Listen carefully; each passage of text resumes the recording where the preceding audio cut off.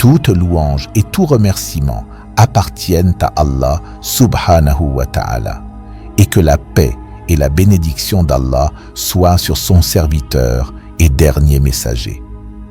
Frères et sœurs respectés en islam, une fois de plus, c'est une bénédiction d'Allah subhanahu wa ta'ala que nous soyons capables de nous réunir encore une fois dans cette vie d'ici-bas autour du bien, de la piété et de la droiture, dans l'un des endroits les plus aimés d'Allah, les maisons d'Allah. Nous demandons donc à Allah subhanahu wa ta'ala d'accepter notre rassemblement, de pardonner nos péchés et de couvrir nos manquements. Frères et sœurs en islam, le plus grand problème sur terre nous a été révélé par Allah dans 5 mots du Coran. Le plus grand problème sur terre, Allah l'a résumé en quelques mots. Ils n'ont pas honoré Allah comme il mérite d'être honoré. Ceci est le plus grand désastre, la plus grande calamité de la terre. Toute violence que vous voyez sur terre, toute forme d'injustice, toute oppression, tout mauvais comportement, toute mauvaise relation et tout ce qui est négatif dans ce monde provient du fait qu'Allah n'est pas honoré comme il mérite de l'être. Gardez toujours cela en tête, c'est une vérité immuable. C'est pourquoi nous avons un besoin urgent de connaître qui est notre Seigneur. C'est cela qui devrait occuper ton cœur, ton esprit, ton corps, ton âme, jour et nuit, à chaque instant. Nous devons connaître notre Seigneur afin de pouvoir l'honorer comme il se doit. Ainsi, aujourd'hui, cette nuit, je souhaite partager avec vous l'un des noms d'Allah subhanahu wa ta'ala. Bien sûr, les noms d'Allah ne sont pas une simple série ou un cours de fin de semaine. Ce sont l'étude d'une vie entière. Chaque prophète a connu Allah par ses noms et ses attributs, et cela est très clair dans leur vie. Lorsque tu lis le Coran, tu verras que chaque prophète a invoqué Allah par ses noms.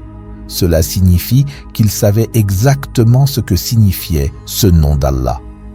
Et c'est ainsi qu'Allah est honoré sur terre, en apprenant ses noms, en les mémorisant, en les mettant en pratique et en agissant selon eux dans notre vie.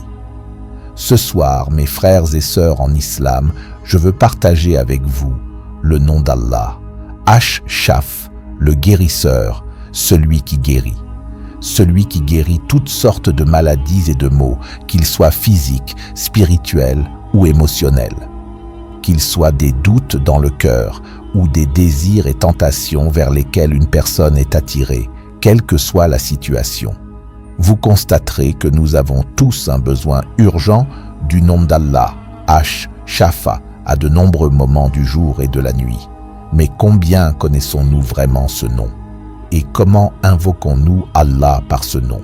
Aujourd'hui, à une époque où la santé physique occupe tant d'attention, les compléments alimentaires ne cessent de se multiplier. Chacun court de magasin en magasin, à la recherche du meilleur complément qui promet une guérison rapide. Chaque jour apparaissent de nouveaux produits, de nouveaux mots compliqués à prononcer. Et ce monde moderne nous pousse à croire que là réside la solution, que là se trouve la guérison. Mais nous avons oublié qu'Allah est Ash-Shafa.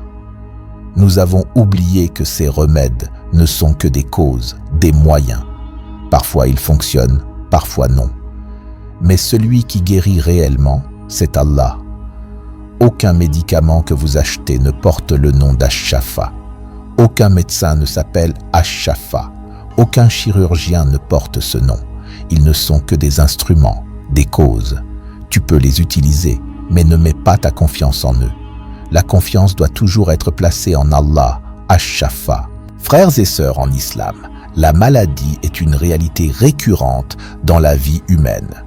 Il existe une multitude de maladies et de douleurs qui touchent chaque âme d'une manière ou d'une autre.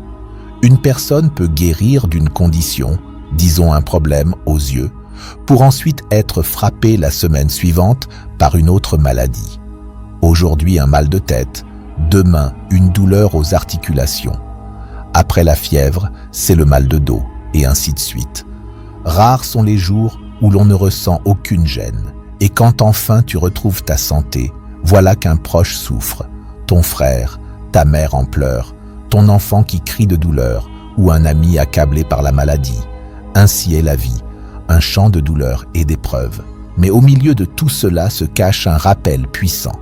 Allah nous a révélé l'un de ses plus beaux noms, Ash-Shaf, le guérisseur. Dans ce nom réside l'espérance pour chaque cœur brisé. Peu importe depuis combien de temps dure l'épreuve, peu importe la persistance de la douleur. La guérison est entre les mains d'Allah, Ash-Shafa. Et tant qu'il y a ce nom, il y a de l'espoir. Comment le croyant comprend-il la maladie ? Le croyant sait avec certitude que la maladie est une épreuve, une évaluation venant d'Allah. Allah dit dans le Coran: « Nous vous éprouvons par le mal et par le bien, à titre d'épreuve. » Coran 21, verset 35. Parmi ces épreuves, il y a la maladie, la douleur et la faiblesse. Mais pourquoi Allah a-t-il créé la maladie et la souffrance ? N'avait-il pas le pouvoir de nous donner une santé parfaite tout au long de notre vie ? Bien sûr que si. Il l'a déjà fait pour nos parents, Adam et Hawa, au paradis, où il n'existe ni maladie, ni douleur, ni souffrance. Le prophète nous a informé qu'au moment où les habitants du paradis y entreront, un appel retentira. Ô gens du paradis, désormais vous vivrez en parfaite santé sans jamais plus connaître ni douleur ni maladie. Allah en est capable. Mais il a voulu qu'ici-bas nous connaissions la maladie et la douleur et qu'elles soient décrétées pour chacun d'entre nous.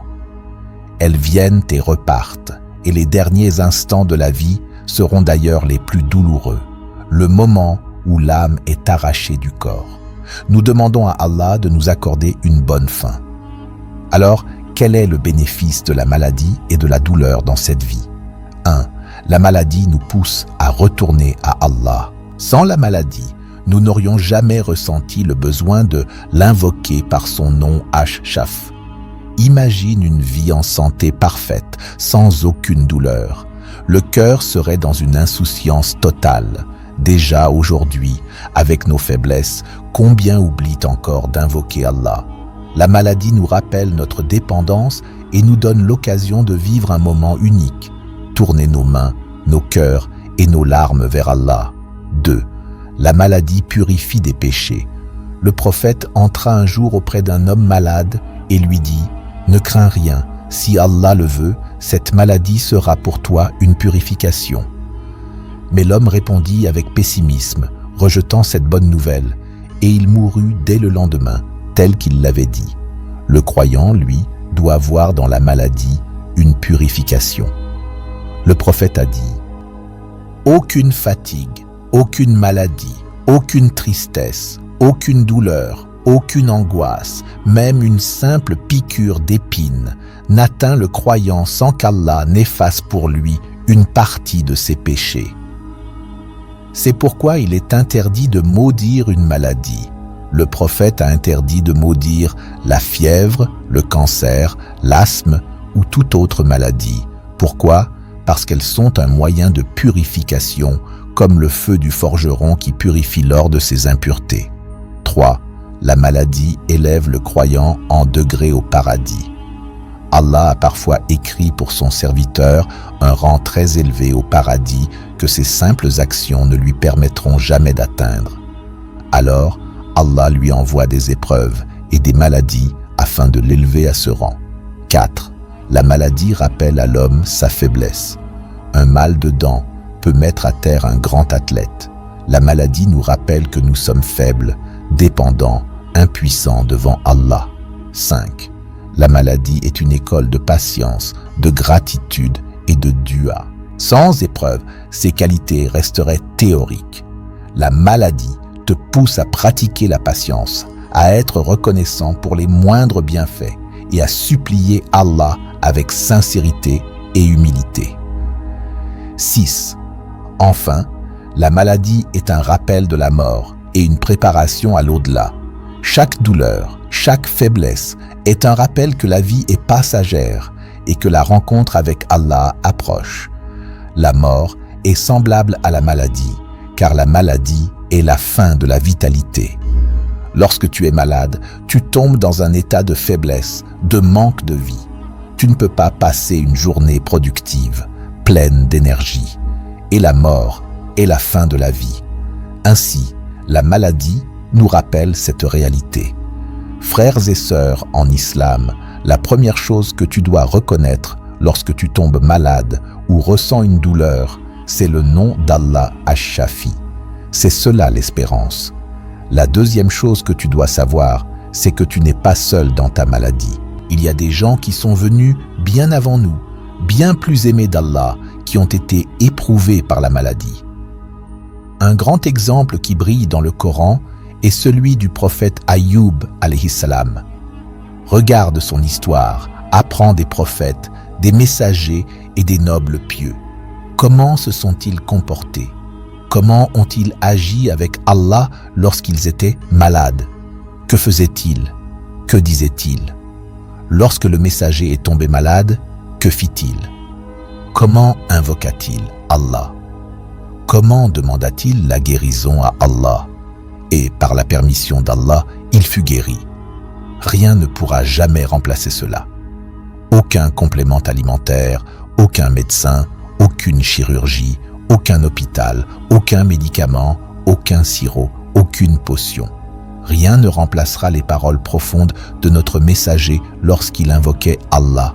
On dit souvent « mieux vaut prévenir que guérir ». Eh bien, l'islam nous a enseigné ce principe. En réalité, l'islam a enseigné absolument tout. C'est la référence sur laquelle se mesure toute chose.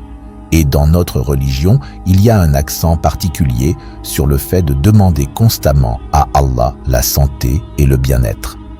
Il est rapporté que le messager passa un jour par une ville dont les habitants étaient frappés par un malheur.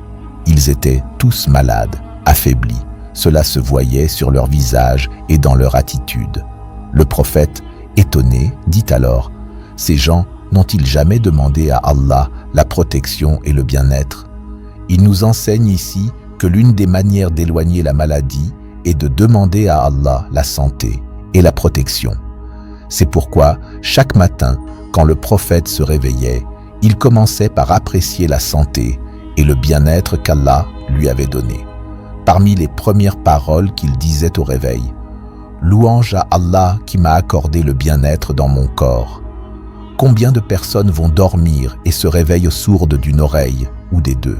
Combien se réveillent avec une vue trouble, incapables de bien voir? Combien se réveillent incapables de parler? Combien se réveillent avec une douleur dorsale si intense qu'elle leur cause des mois d'inconfort? Combien se réveillent à la suite d'un accident, d'une piqûre de scorpion ou même d'une simple piqûre de moustique qui finit par provoquer une infection et une maladie dans leur corps? Ô frères et sœurs en islam, avez-vous vu l'état d'un dormeur, un état de totale vulnérabilité? Ton corps est livré, ton âme même sort de ton corps. Qui te protège toute la nuit? Qui protège ton corps? Qui permet à tes cellules de continuer à fonctionner?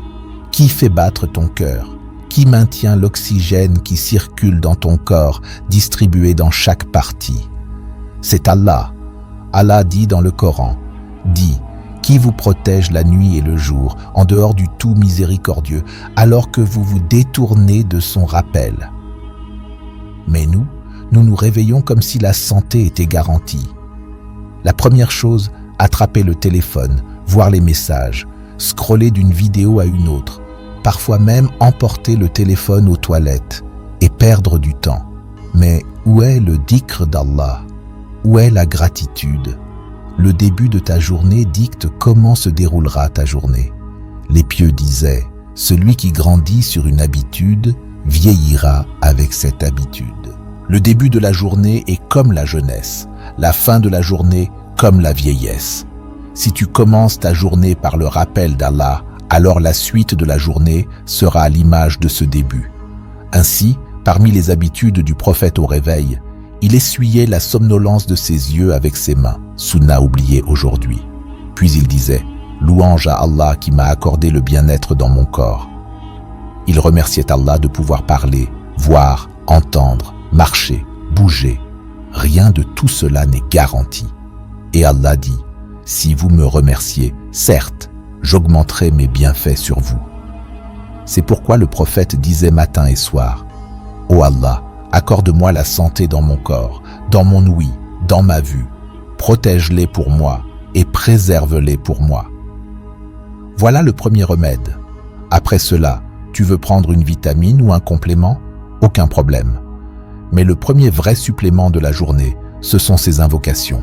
Sans elles, la santé n'est pas une vraie santé. Ensuite, lorsque la maladie touche quelqu'un et qu'il commence à ressentir une douleur, même légère, le prophète avait pour habitude, quand un malade lui était amené ou lorsqu'il allait visiter un malade, de poser sa main droite à l'endroit de la douleur. Il récitait alors « Ô Allah, Seigneur des hommes, fais disparaître le mal, guéris, car tu es le guérisseur. Il n'y a de guérison que ta guérison, une guérison qui ne laisse aucune trace de maladie. Tu peux le faire pour quelqu'un d'autre, mais aussi pour toi-même. Même à la moindre douleur, mets ta main, invoque Allah avec ce nom Ash-Shafi. Ne dis pas « ce n'est rien, ça passera demain ». Non, aie une vraie relation avec ce nom et regarde comme ce nom est profond. Ash-Shafi vient de la racine Shafa, qui signifie le bord, l'extrémité, comme si tu étais au bord d'une falaise, prête à tomber. Quand Allah parle dans le Coran des gens avant l'islam, il dit « Vous étiez au bord d'un précipice de l'enfer et Allah vous en a sauvé. » Ainsi, quand tu invoques Ash-Shafi, ce n'est pas seulement pour enlever une douleur. Tu demandes à Allah de te sauver d'un danger, de te retirer du bord du précipice. C'est plus qu'une guérison, c'est un sauvetage complet, santé physique, émotionnelle, spirituelle. Et enfin, la conclusion de cette invocation est « Ô Allah, accorde-moi une guérison complète, qui ne laisse derrière elle aucune trace de maladie. » Parfois, une personne peut guérir d'une maladie, mais il reste encore une douleur ou une faiblesse dans son corps, ou peut-être qu'une nouvelle maladie apparaît à la suite de la première. Cela peut arriver. C'est pourquoi, lorsque tu fais cette invocation, tu demandes à Allah une guérison complète, absolue, qui ne laisse rien derrière elle. Ainsi, si Allah accepte cette doua, cette maladie sera totalement guérie et elle ne conduira pas plus tard à une autre. Elle disparaît complètement de ton corps. Quelle beauté, mes frères et sœurs! Par Allah, les scientifiques et les médecins passent leur vie entière à étudier comment une maladie en entraîne une autre, comment elles mutent, se reproduisent et provoquent d'autres complications. Mais Allah, lui, sait ce qu'il a créé et personne ne peut guérir le corps mieux que lui. Et le plus beau, c'est que dans l'hôpital d'Allah, il n'y a pas de file d'attente, pas de frais à payer, pas de facture, pas d'assurance, pas d'ordonnance. Tu n'as pas besoin de donner tes analyses de sang à Allah. Rien de tout cela. Il suffit d'une invocation et Allah te connaît mieux que toi-même. Quelle belle invocation que de demander à Allah à travers ce nom magnifique. Frères et sœurs en islam, une autre manière par laquelle le prophète cherchait la guérison est rapportée par Al-Bukhari. Le messager, lorsqu'il voyait une personne malade, faisait un geste particulier. Peut-être que vous n'en avez jamais entendu parler. Il posait son doigt sur un peu de salive, puis le mettait dans la terre. Et il appliquait cela sur l'endroit douloureux en disant « La terre de notre sol, mélangée à la salive de certains d'entre nous, guérit notre malade par la permission de notre Seigneur. » Les savants ont discuté. Est-ce une pratique réservée uniquement aux prophètes ou est-elle générale? L'opinion la plus correcte est qu'elle est permise à tout le monde. Et autre question, est-ce réservé à la terre de Médine ou à n'importe quelle terre? L'opinion correcte est que cela s'applique à toute terre pure. C'est donc un autre moyen de guérison. Un troisième moyen que le prophète utilisait est la récitation du Coran. Le Coran est une guérison spirituelle et physique. L'une de ses plus grandes sourates est Al-Fatiha, appelée la sourate de la guérison. Il est rapporté qu'un compagnon, Abu Saïd, rencontra un homme mordu par un scorpion ou un serpent et dont le poison avait envahi le corps. Abu Saïd récita Al-Fatiha sur sa blessure et souffla dessus, et l'homme, qui était sur le point de mourir, se leva comme s'il n'avait rien eu. Quand ils racontèrent cela au prophète, il confirma « Comment as-tu su que cette sourate est une guérison ?» Ce qui prouve qu'Al-Fatiha est un remède puissant. Un autre récit mentionne un compagnon qui, malade à la Mecque, sans médecin ni remède, se traita en récitant Al-Fatiha sur lui-même tout en buvant de l'eau de Zamzam. Il témoigna d'une guérison extraordinaire et il dit qu'il utilisait fréquemment ce remède par la suite, trouvant en lui un remède puissant. Un autre hadith raconte qu'un homme, très malade, dit au prophète qu'il avait l'habitude de demander à Allah « Ô Allah, hâte sur moi dans ce monde le châtiment que tu m'as réservé dans l'au-delà. » Le prophète s'écria « Subhanallah, tu ne peux pas supporter cela. Pourquoi n'as-tu pas plutôt dit « Ô Allah, accorde-moi le pardon et la santé dans ce monde et dans l'au-delà » L'homme fit alors cette invocation et Allah le guérit. Un cinquième enseignement rapporté par Ibn Abbas, un compagnon, après sa conversion à l'islam, fut éprouvé dès le lendemain par une maladie très douloureuse. Le prophète lui enseigna de poser sa main sur l'endroit douloureux, selon une version, la main droite, de dire 3 fois Bismillah, puis de répéter 7 fois « Je cherche protection auprès d'Allah et de sa puissance contre le mal que j'éprouve et que je redoute. » Le compagnon appliqua cela et Allah le guérit. Les compagnons l'ont pratiqué et il nous est légiféré de nous l'enseigner entre nous.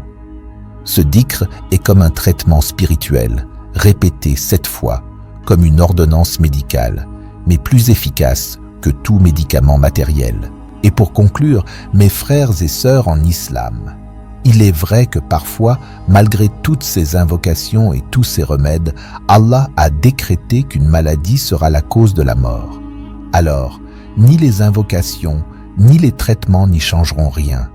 Même le prophète a ressenti, avant sa mort, les effets du poison de la viande empoisonnée qu'il avait goûté à Khaybar.